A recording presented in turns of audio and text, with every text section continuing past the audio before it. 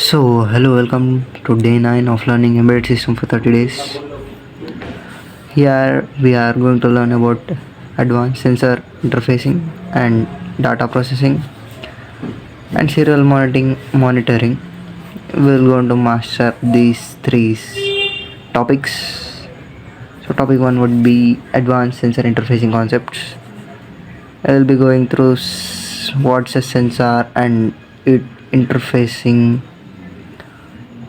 Before getting into it, we need to know what is a sensor. If you have a general idea, you might know what's a sensor. Sensor which sense any changes in the environment. There are two types of sensors, analog and digital sensors. So analog sensors are the sensors which provide the output as a voltage. Let's take an example and understand it. Take the example of temperature sensor. So as you the temperature is 20 degrees Celsius and the sensor has been detected it, and now when it need to send the output, it need to measure the voltage, and the voltage will be the output for it. It would be easy using light sensor. So light sensor detects the environment. Take it's dark, so the light sensor need to be activated, which means the voltage need to be given to the light.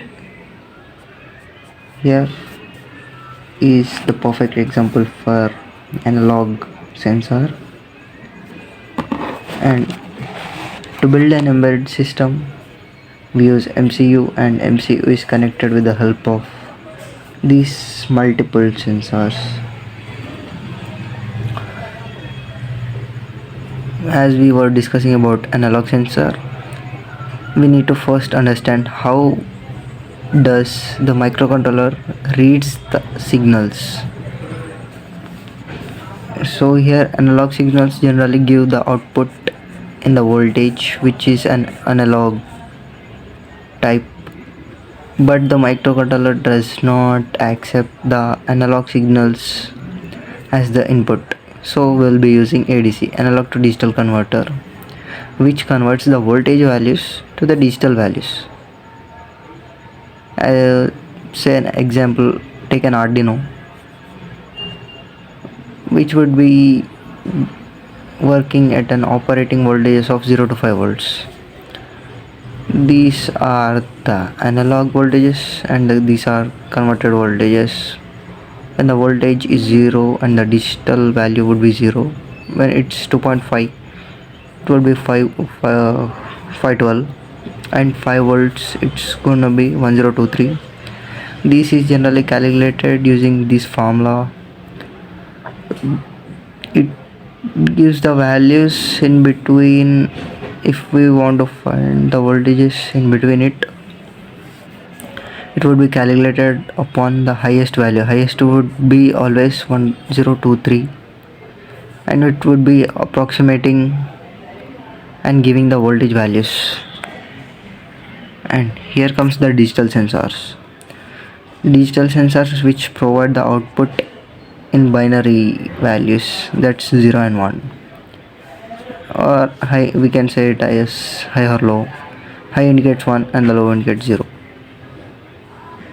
which would be used in serial data communications like I2C, inter-integrated circuits, serial peripheral interface, universal asynchronous receiver and transmitter. So coming to examples of digital sensors, that gonna be motion sensors, ultrasonic sensor, and digital temperature sensors. Let me explain with motion sensor. So this is an motion sensor. It send some waves. When here is an obstacle, it would send that output as 1. It means there is an obstacle or any motion. If this object is in motion, it the waves would be collide and bounce back, which defines here there is an object. If an object is detected, the output would be 1. If not, it would be 0. So we mainly prefer digital sensors in this case, as there are more accurate.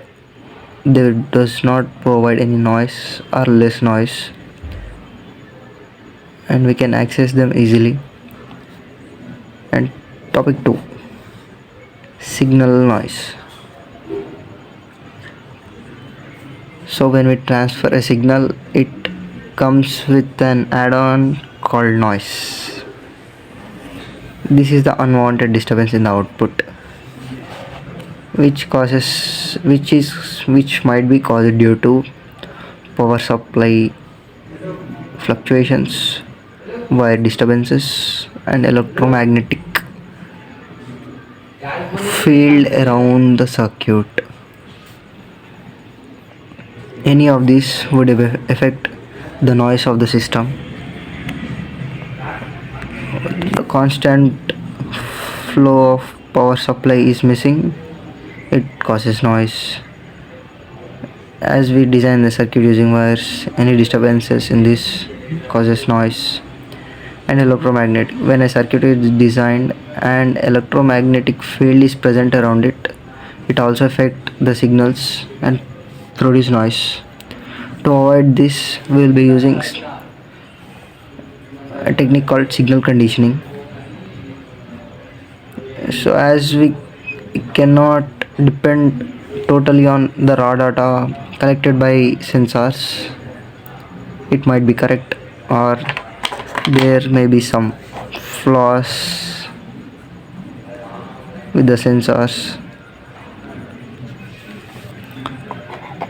So let's go with the methods of getting more accuracy. Filtering. So let's say an sensor which detects temperature is giving the values like 25, 26, 27, 30 and 20. These are the random raw values which were provided by the sensor, but we'll be taking most close temperatures for better accuracy, as these are a little random or out of the box when compared to these are in the close range. So this is called filtering, or we are reading smooth readings, like these are consecutive numbers. And average technique, we'll be taking the average of the values which were given by the sensor. And calibration, this is an interesting topic. So it adjusts the sensor value to the real values. Let's say we brought a thermometer which is showing temperature of 28 degrees in the room, but the actual temperature is 32 degrees. So the difference which we will be having between the 28 and 32 degrees is called calibration. And coming to topic 3, serial communication. So any embedded system will be having these process: the base, microcontroller and the computer. They continuously communicate each other for making a successful embedded system. This communication helps in debugging, monitoring sensor values and sending commands. When the microcontroller sends some data to the computer. Computer contains softwares which analyze the data. If there is any disturbance or anything working against it, it would send the feedback and it would be correcting the data which is debugging. We will be attaching sensors here. The data will be corrected in the microcontroller area and would be sent to computer, which helps in monitoring sensor values, and it also helps in helping sending commands. The communication video would be incomplete without using UART, which refers to universal asynchronous receiver and transmitter. It uses certain parameters for working efficiently. Baud rate, it uses start bits, data bits and stop bit. Data rate is the frequency at which it's communicating with the other components. In this case, let's say sensor is been communicating with Arduino. These are the main frequencies which are used regularly. 9600 is being used by Arduino. 115200 will be using in ESP32, and 57600 will be getting this frequency in the future topics, so stay tuned for it. We can observe these parameters in GPS module, GSM modules and Bluetooth modules and Wi-Fi modules too. So the other topic, serial monitor versus virtual monitor. It's quite interesting. So serial monitor will be used in development environment, so which is a physical thing. We have made an embedded system in the physical view. We have attached all the sensors, all the microcontrollers, all the Arduino boards, pins. When we built the environment, the serial monitor is used for testing sensor outputs and debugging logics, if whether it is working efficiently or as per the commands, and monitoring system behaving as per the output and based on the inputs. Will be monitoring in the serial monitor. And the virtual monitor used in simulation tools, let's say Protis, the software which we will be using in this journey, will be simulating the hardware products, and these simulation tools help us recreate serial communication and test before building. This gives an benefit of saving cost or any flaws in the system. And here comes the topic 5, real-time data logging. So we are using sensors, we will be using monitors. There might be dot. Okay, we are using sensors and controllers. So we will be storing the data which we will be obtaining from the sensors. So here we'll be understanding why does this even matter, why we need to log in the data. So there are two types of logging in methods. One is serial logging and the memory storage method. Serial logging is we get the data from the sensor and will be stored further. In memory storage, we'll be using EPROM, SD card and cloud storage. EPROM is a shorter amount of storage. SD card is a little larger storage, and cloud is depends on the user how much data he wants to store. In topic 6, an embedded system or a microcontroller does not work on a single sensor. We'll be using multiple sensors for making a working model. So we'll be combining different types of sensors.